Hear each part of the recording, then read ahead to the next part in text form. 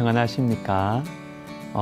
비슷한 말이지만 다가오는 의미와 분위기가 다른 말들이 있습니다.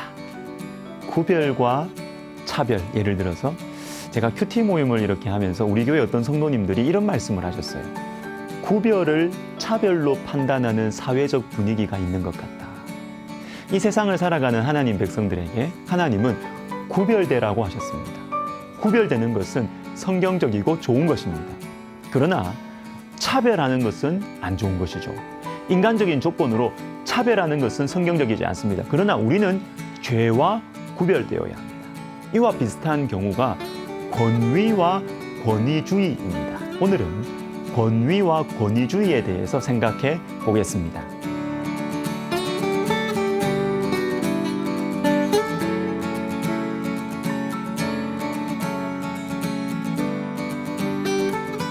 욥기 34장입니다. 오늘 본문의 주제는 하나님의 권위입니다. 18절과 19절을 보십시오. 그는 왕에게라도 무용지물이라 하시며 지도자들에게라도 악하다 하시며 고관을 외모로 대하지 아니하시며 가난한 자들 앞에서 부자의 낯을 세워주지 아니하시나니. 왕, 지도자, 고관, 부자 다 높은 사람들입니다. 힘이 있습니다. 함부로 할 수 없어요. 그러나 하나님께서는 이들의 눈치를 보지 않으십니다.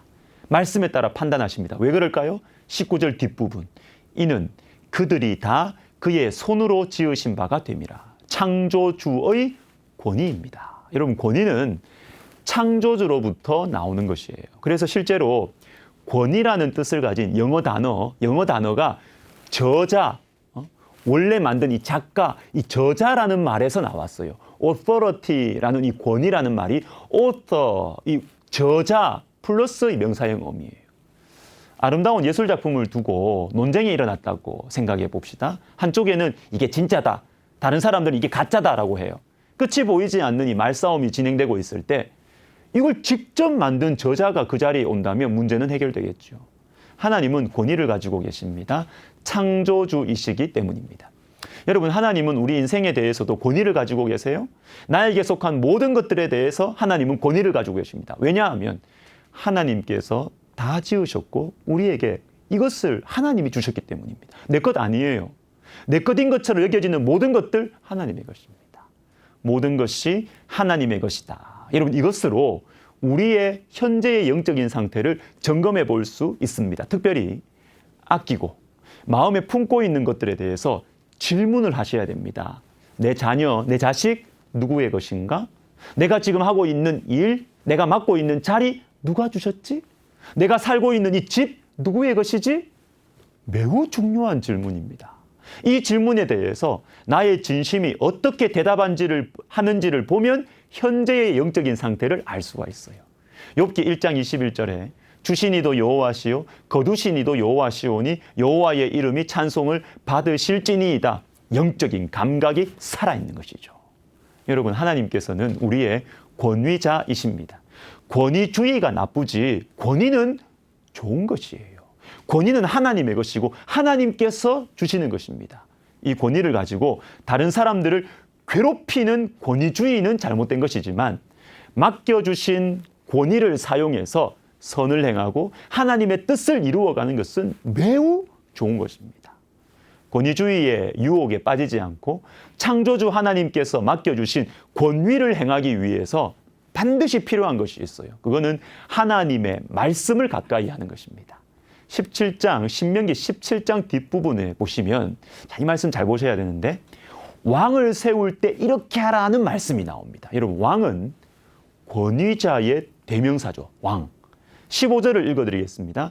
반드시 내 하나님 여호와께서 택하신 자를 내 위에 왕으로 세울 것이며. 자, 하나님께서 택하신 자를 세우라. 다시 말하면 지도자는 하나님께서 세우신다는 거예요. 하나님께서 권위를 맡겨주신다라는 말입니다. 그런데 왕은 권위주의에 빠질 가능성이 많습니다. 힘이 있거든요. 돈이 있거든요. 그래서 이어지는 말씀에서 병마와 아내와 은금을 많이 두지 말라고 왕에게 명령하십니다. 권위주의의 유혹들이죠. 이러한 유혹들을 이길 수 있는 길을 알려주시는데 18절과 19절을 읽어드리겠습니다. 그가 왕위에 오르거든 이 율법서의 등사본을 레위 사람 제사장 앞에서 책에 기록하여 평생에 자기 옆에 두고 읽어 그의 하나님 여호와 경외하기를 배우며 이 율법의 모든 말과 이 규례를 지켜 행할 것이라. 뭡니까? 하나님의 말씀을 평생 옆에 두고 읽으며 순종하는 것입니다. 왕이 되면 힘이 생겨요. 돈이 생겨요. 또 그 자리를 지켜야 되지 않습니까? 그러다 보면 군사력, 쾌락, 재물에 대한 사람에 대한 욕심이 생길 수밖에 없습니다. 위험한 자리예요. 위험한 자리. 여러분, 권위자가 되는 것은 위험한 것입니다. 그러나 매우 중요한 자리예요. 이 역할을 누군가는 감당을 해야 돼요. 이 역할을 감당할 수 있는 길, 권위주의의 함정에 빠지지 않고 하나님을 닮은 권위자가 될 수 있는 유일한 방법은 말씀을 가까이 하는 것입니다. 이 길밖에 없어요. 여러분, 혹시 권위자이십니까? 다른 사람들을 돌봐야 하는 자리에 있는 분들 계십니까? 꼭 높은 자리가 아니어도 가정을 돌보는 아버지, 어머니, 매우 중요한 권위자의 자리입니다. 말씀을 가까이 하시기를 바랍니다. 그래야 여러분 옆에 있는 사람들이 고생을 안 해요. 좋은 권위자를 만나지 못해서 권위 자체에 대한 반감을 가진 사람들이 많습니다. 저와 여러분이 하나님의 말씀을 가까이 해서 좋은 권위자가 된다면 지금 내 주변에 있는 사람들이 행복할 뿐만 아니라 이 영혼들의 마음속에 좋은 권위가 있구나. 하나님이 주신 권위가 참 좋은 것이구나. 라는 성경의 진리를 깨닫게 해줄 수 있을 것입니다. 기도하겠습니다.